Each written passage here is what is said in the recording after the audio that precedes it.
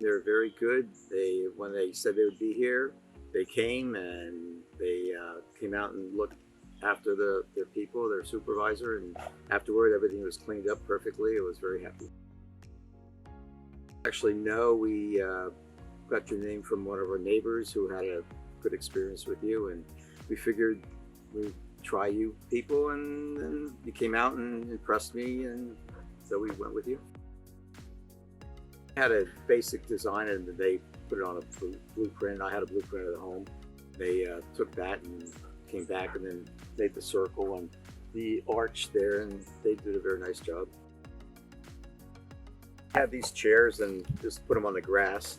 When you sit out, the bugs would bite you more, and the dog would come out and lay, and he would get full of bugs.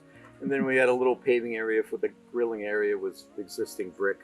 And then we just thought it would be nice to have a nice paved area. And I enjoy having a drink out here and a cigar, watch the sunset, and watch the birds go by.